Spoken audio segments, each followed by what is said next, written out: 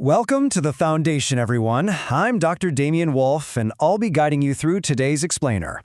You know, having been a senior researcher here for over 15 years, with a background in psychology and metaphysics, I've seen a lot. I've sat across the table and interviewed anomalies that literally defy the laws of physics, and analyzed metaphysical threats that would make your head spin. Look, I know the rumor mill likes to throw around my IQ score, but honestly, my real job is just making sense of the impossible. Now, speaking directly to you, our newest field personnel, I know many of you are feeling some very common anxieties regarding your upcoming hazardous assignments. Hey, it is completely natural, trust me. That's exactly why today we're looking at the absolute peak of our operational hierarchy, the Mobile Task Forces, or MTFs.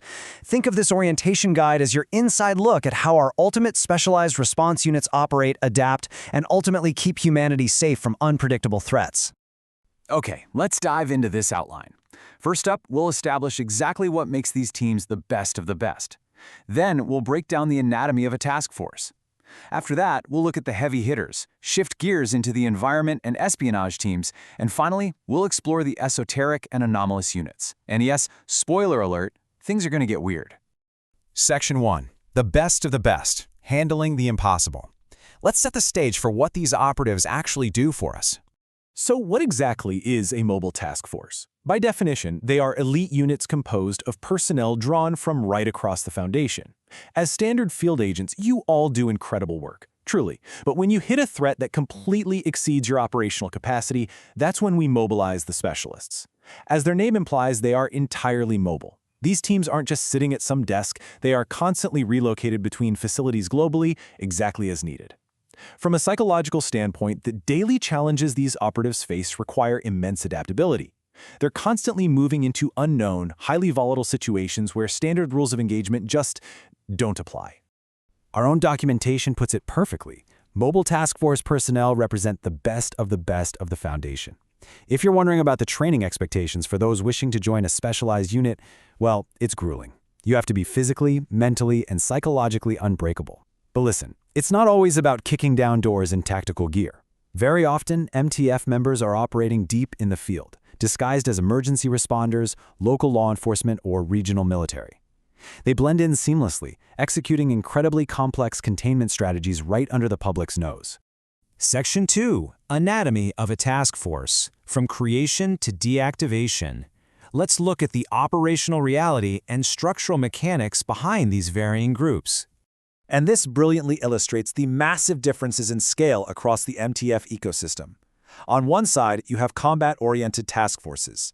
These operate just like traditional armed forces. They closely follow a rigid military hierarchy. They boast hundreds of troops, and they deploy with massive support vehicles. Their communication protocols are incredibly strict. But on the flip side, you have small, specialized units. These might have fewer than a dozen personnel, operating with a highly informal, sometimes completely esoteric chain of command. But here is the kicker. Whether it's a massive battalion or a tight-knit squad of 5, their ability to maintain absolute operational cohesion under chaotic field conditions is unparalleled. Let's trace an MTF's lifespan. Step 1 is creation. They are officially commissioned by the Director of Task Forces, often with direct approval from the O5 Council, to counter a specific emerging threat. Step 2 is deployment. That's the actual operation in the field to counter the anomaly. But Step 3 is where the administrative magic happens, deactivation. See, the criteria used for official task force decommissioning usually relies on the specific anomaly being fully contained. Once that mission cycle is successful, the unit is disbanded. The personnel are then reassigned back to their prior posts, bringing all that invaluable field experience with them. Now, occasionally, if their expertise remains uniquely useful, or unfortunately if they take heavy casualties, they are maintained or replaced instead. Section 3. The heavy hitters, brute force, and internal security. When subtlety fails, these are the Foundation's absolute sledgehammers.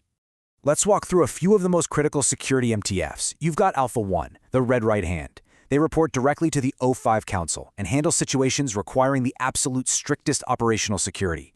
Then there's Epsilon 11, the nine-tailed fox. Listen closely, recruits. They are internal security special ops, deployed to Foundation sites when standard protocols fail and multiple containment breaches are imminent.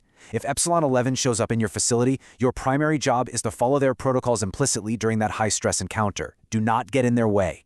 And finally, we have MTF New 7, Hammer Down, tasked with catastrophic incident response.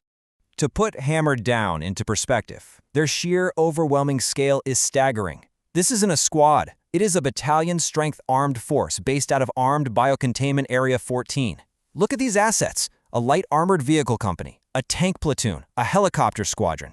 They even have a dedicated CBRN, that's chemical, biological, radiological, and nuclear platoon, alongside combat engineers and an actual nuclear weapons specialist squad. When the Foundation loses communication with a major facility due to an enemy compromise, we don't send a search party. We send an army. Section 4. Environment and espionage. Adapting to the field. Because obviously not every problem can be solved by throwing a tank at it, right? The Foundation operates quite literally everywhere on Earth. That means we need highly specific tactical gear and localized training. MTF Beta 2, the Bayou Boys, are trained specifically for swamps and wetlands. MTF Gamma 6, the Deep Feeders, utilize specialized aquatic technology to track oceanic anomalies miles below the surface. And then you have Epsilon 6, affectionately known as the Village Idiots. They handle the complex investigation, containment, and subsequent site repair and cleanup tasks for anomalies hiding right in plain sight within rural and suburban neighborhoods. Speaking of hiding in plain sight, check out MTF Alpha 4, the Pony Express. Their operating environment, the global mail system. Yep, these are undercover operatives embedded worldwide, specialized in tracking, intercepting, and securing anomalous objects sent through regular package delivery services. It is everyday espionage at its finest. They aren't wearing heavy combat armor. Their most essential equipment is a postal uniform and a barcode scanner. To really grasp the vast spectrum of our deployments, you just have to compare two very different assignments. MTF Gamma 4 Blondebeard's crew is a tiny 5-man task force based at Lunar Area 32. They are literal astronauts, specifically trained and equipped for zero-gravity and vacuum environments. Now contrast that with MTF Iota 10, the damn feds. These are undercover agents embedded directly within federal law enforcement agencies like the FBI.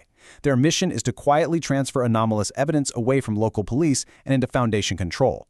From the vacuum of space to a desk at the FBI, our reach is absolute. Section 5. Esoteric and Anomalous MTFs. Fighting fire with fire. Now we're getting into my area of expertise. When human capabilities aren't enough, things get weird. So, the crucial point is this. Our ultimate directive is to secure, contain, and protect. But with MTF Alpha 9, Last Hope, we kind of bend the rules. This task force actually focuses on training and utilizing humanoid SCP objects directly in the field as operatives.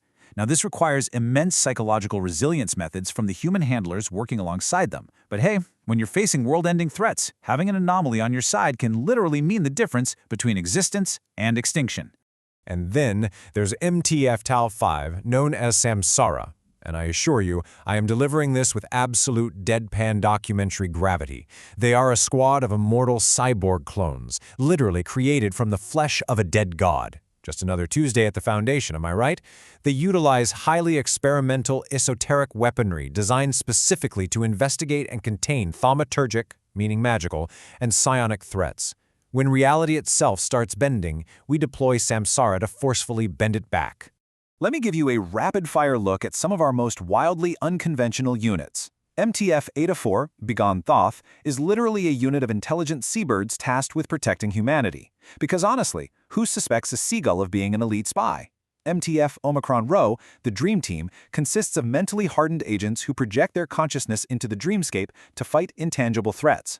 Sigma 66 actually uses captured members from hostile rival factions for their unique expertise. And Kappa 10? They're a team of virtual artificial intelligence agents partnering with humans to fight cyber anomalies in the digital realm. To survive some of these esoteric missions, operators literally have to alter how they perceive reality.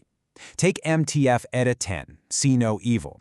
They specialize in visual cognohazards, things that can kill you or worse just by you looking at them. To safely handle these, Eta 10 relies entirely on indirect observation methods. Imagine conducting a high-stakes raid or a post-incident cleanup where you are not allowed to look at your target. It requires immense trust in your specialized gear and your teammates. Which brings us to the end of our orientation.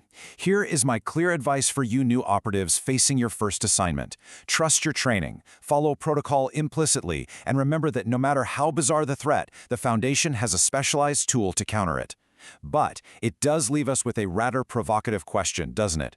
We've built an incredible, terrifying arsenal of elite units, from intelligent seabirds and postal workers to immortal cyborgs and massive armies. So what happens if the Foundation ever loses control of its own elite?